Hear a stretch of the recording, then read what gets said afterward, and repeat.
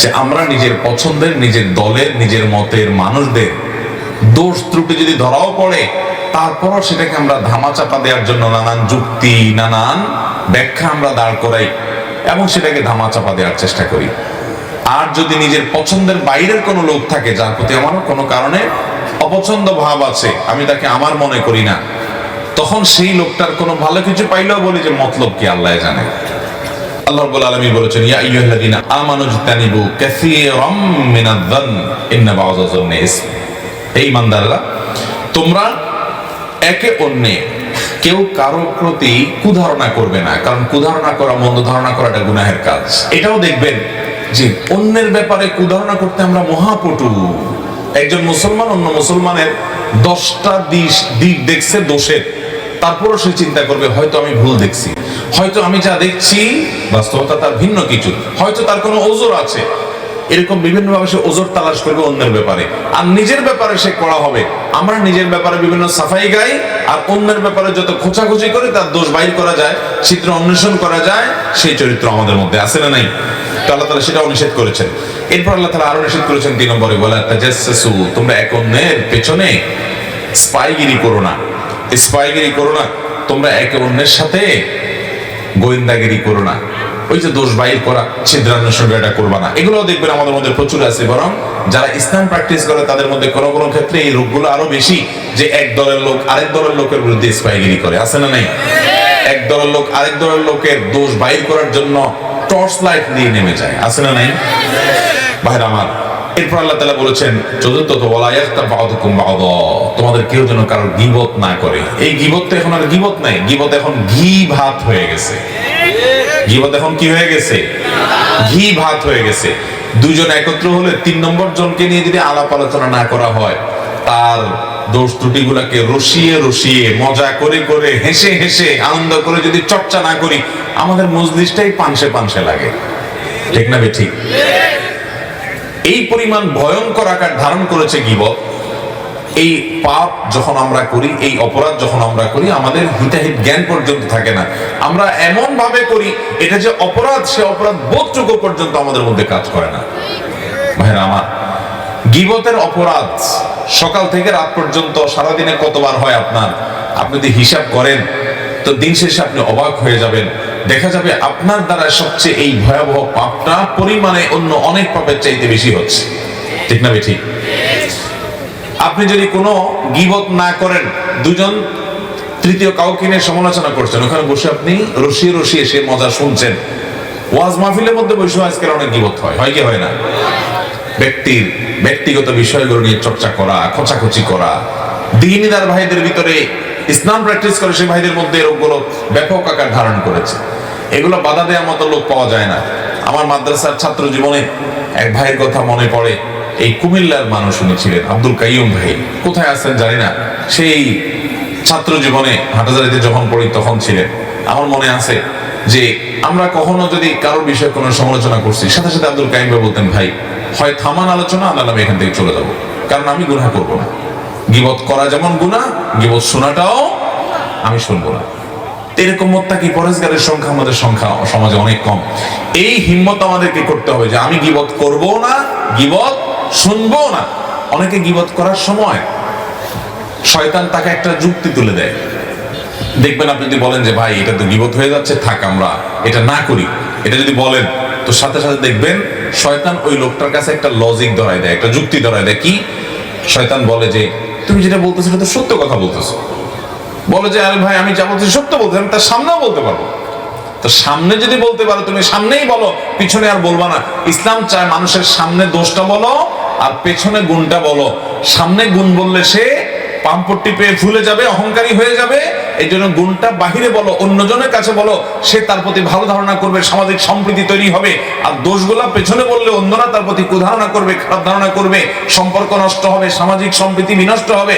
বরং দোষের কথাটা ওই লোকটার সামনে বললে সে নিজে সংশোধন হয়ে ভালো মানুষ হতে পারবে। এই জন্য ইসলাম বলে সামনে মানুষের দোষের কথাটাকে সুন্দরভাবে, খুব বিনয়ের সাথে এমন ভাবে উপস্থাপন করো যাতে তিনি রাগ না হন, তার ভুলটা তিনি বুঝতে পারেন। সেইভাবে তুমি চমৎকার ভাবে তার সংশোধন করো। সামনে দোষটা সামনে বলো, আর গুণটা পেছনে বলো, সামনে গুণ বলবা না। সামনে গুণ বললে সে অহংকারী হয়ে যাবে। মুখের সামনে যে প্রশংসা করে, নবী সাল্লাল্লাহু আলাইহি ওয়াসাল্লাম বলেছেন তার মুখের উপরে মাটি মারো, কারণ সে তোমাকে অহংকারী করে দিচ্ছে। প্রশংসা করলে সে পেছনে করবে, আর দোষটা সুন্দর করে বিনয়ের সাথে সামনে বলবে। আর আমাদের নেচার হয়ে গেছে, অভ্যাস হয়ে গেছে, প্রবণতা হয়ে গেছে উল্টা।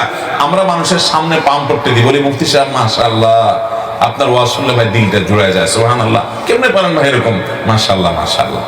আর ওই পিছনে আরেকজন কাছে বলে তা বেটা কোনো কিছু জানে, বোগাস। সামনে আসলে আমরা পাম করতে দেই, আর পিছনে গেলে বাঁশ দেই, ঠিক না বেটি? এটা কোনো মুসলমানের চরিত্র হতে, মনে রাখবেন।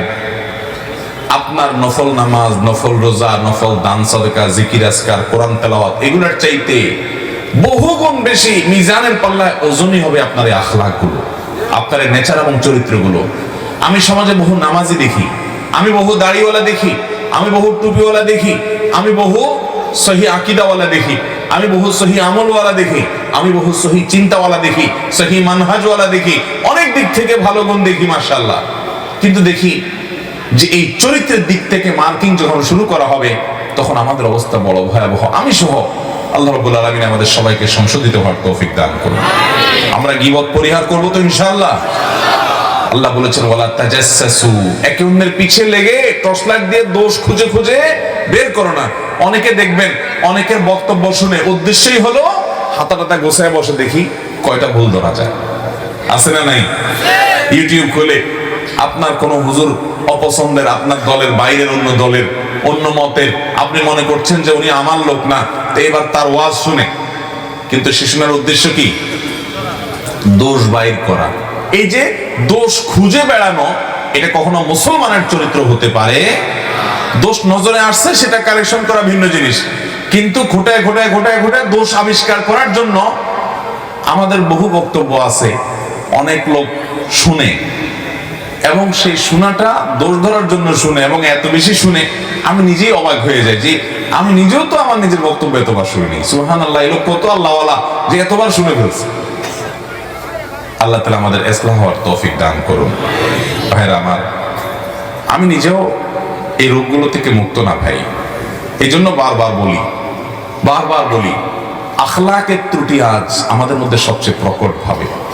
আমরা আলেম হই, অনেকে বক্তা হই, অনেক ভালো ভালো আলোচনা করি, অনেক সুন্দর সুন্দর মাসলা মাসাইল দিই, অনেক মিষ্টি মিষ্টি কথা বলি, কিন্তু দিন শেষে আমি হয়তো কারোর পেছনে লাগি, কারোর দোষ চর্চা করি, কারোর দোষ আবিষ্কার করার চেষ্টা করি।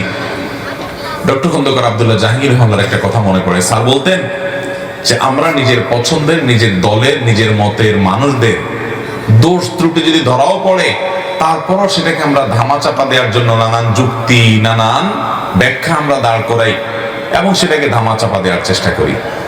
আর যদি নিজের পছন্দের বাইরের কোনো লোক থাকে, যার প্রতি আমার কোনো কারণে অপছন্দ ভাব আছে, আমি তাকে আমার মনে করি না, তখন সেই লোকটার কোনো ভালো কিছু পাইলেও বলি যে মতলব কি আল্লাহ জানে, কাজটা ভালো ঠিক আছে, কিন্তু এর মতলব কি আল্লাহ ভালো জানে। আমরা তার কোটি কোটি দোষ বাইর করার চেষ্টা করি, এর মাধ্যমে আমরা মনে করি ইসলামের খেদমত করি। স্যার বলেছেন না, এর মাধ্যমে আমরা আমাদের নফসের পূজা করি, ইসলামের খেদমত মোটেও করি না। নিজের পছন্দের দলের লোকের ভুল বিচ্যুতিগুলো আমাদের কাছে কোনো বিষয় না, ব্যাখ্যা আছে সেগুলো। আর অন্যের ভালো কিছু পাইলেও সেখান থেকে তিল পাইলে সেটাকে আমরা তাল বানানোর চেষ্টা করি, আছে না নাই? ভাইরা আমার, আপনি আপনার দলের, আপনার মতের কয়জন আলেমের ভুল বিশ্লেষণ করেছেন আজ পর্যন্ত বলতে পারবেন?